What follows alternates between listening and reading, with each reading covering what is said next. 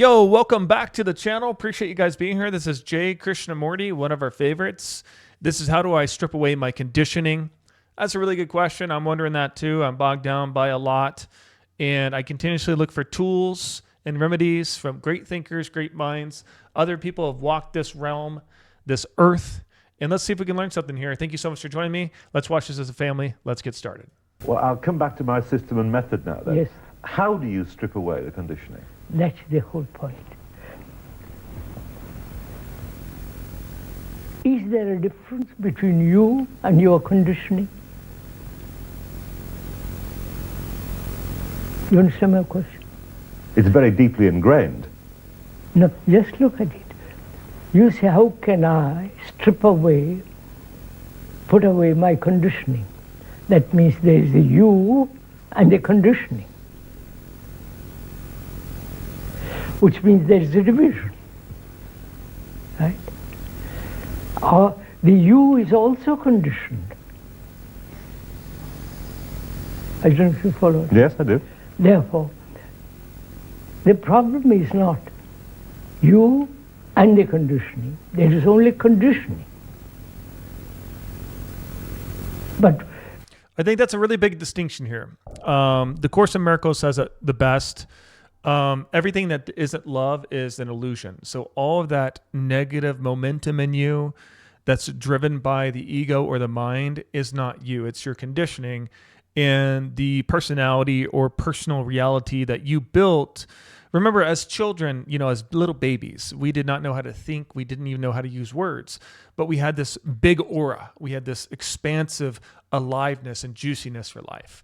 Where did that go? Where did that aliveness and juiciness go? Well, it's been bogged down by the mind, by the ego, by the conditioning. And so it's good to take a fine tool and separate that from yourself. And that's what Krishnamurti's suggesting here is it's not you. You're fine. At your fundamental level, you are an alive, juicy, full-hearted, humorous, at ease, carefree spirit. Okay? So everything that you've identified with from an early age, we do take on an ego or a persona.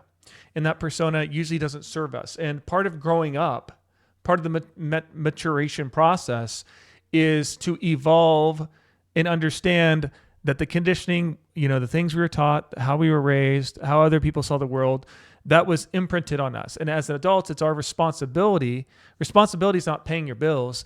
Responsibility is being responsible for your personality, your personality, your life, the way that you articulate everything around you. Is it serving you? Is it making you feel like you are a great human being and you are filled with greatness? Do you feel empowered? Do you feel carefree? Or are you bogged down by what we've been conditioned to be? So the separation between the two is very important, and he establishes here as his first point.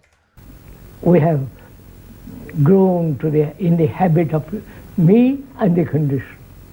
I must do something about it, as though I was different from it. Right? So when there is that division, there's conflict. Right? That conflict is totally false, because I and the it are the same. Okay. Right? The observer is the observed. Are we together in this? So, if that is a fact, which it is, then watch it without any movement of thought. This becomes a little more complex. I say, for example, human beings are frightened of fear. Right? Fear of death, fear of living, fear of tomorrow, fear of... They have, from most primitive, most ancient man to present time, man has fear. Fear of tomorrow, insecurity, all the rest of it. And he has always tried to overcome it, suppress it, run away from it. But the I is fear, right? So can one watch this fact? Is there an observation of this fact without division? I don't know. The I is, if you want to go into it much more deeply, the I, the self who is the watcher, is the past. Past memories, past. Okay, so the I who is the watcher is the past, is what he's suggesting here. So the I is the watcher of the past. Incidents, past. Let's listen. The I, the self who is the watcher, the I, the self who is the watcher, is the past. Is the past. Okay. So he's saying there's no distinction. He made that very clear. So he contradicted what I said. But here he's suggesting that the I that is a self is the one that's focused on the past. Fact without division. I don't know. So I think he's suggesting that there is a separation. Hold on. The I is, if you want to go into it much more deeply, the I, the self who is the watcher, is the past. Past memories, past incidents, past recognitions, and so on. And then that past, which is the I, looks upon the present as though it was something separate from itself. And then there's conflict in that. But the I is that. I wish he elaborates here more. I really do. So he's saying there is a conflict. There is a conflict between the observer and the watcher, and it creates this battle of disliking what we are watching. You know, AP Achara Prashant suggests it's our attachment to the dislike of that part of us that gives it power over us. And so this is why I suggest, and again, create and orchestrate your own philosophy and frameworks for your life. What is going to serve you and make you feel empowered? I think to know that the watcher and all of its fears and phobias and trepidations and superstitions is part of how I separate what I call the ego. The ego is the mind. Osho says there's no such thing as peace of mind. You can have peace or mind. So essentially, he's alluding to what the Course in Miracles says, that everything but love is an illusion. So all of that you feel is a part of you is not you. But I think where Krishnamurti is talking about is the conflict between those two ideas. The persona, what Carl Jung calls the persona, is that personality that we have, and the things that the ego is attached to in that personality that makes us scared of everything, like Krishnamurti talked about, and spirit or soul, as Jung puts it, soul. That's the observer, as Krishnamurti puts it. So you have persona, and you have persona and soul in Jung. So he has a separation between the two.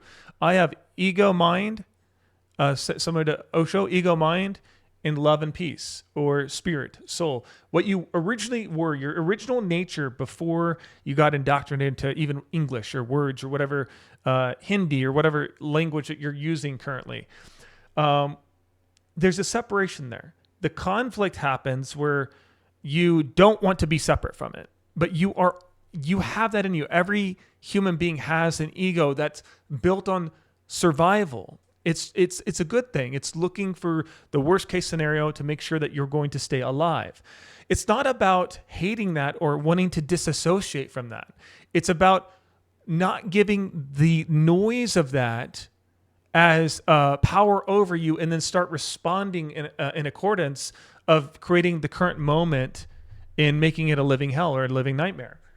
It's about knowing why it exists, that it exists in all of us, but it has no power over us. We always fuel ourselves from our spirit, from our soul, from peace, from love.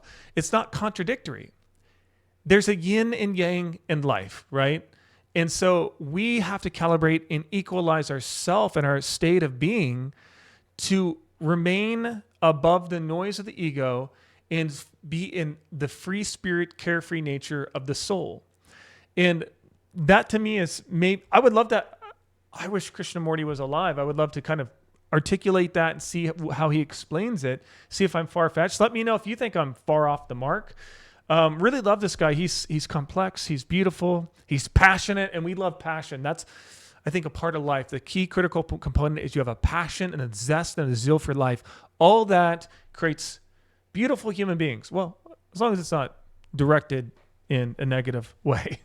Anyway, if you like this video, please stay tuned by subscribing to the channel. Welcome to the community. If you think this video was of benefit to you, feel free to like it. Also, leave a comment. If you can leave a comment, that always helps the algorithm, so it can be pushed out to more people who can find it and maybe have a little bit of a deeper thought on their own personal reality and how they want to orchestrate themselves from within.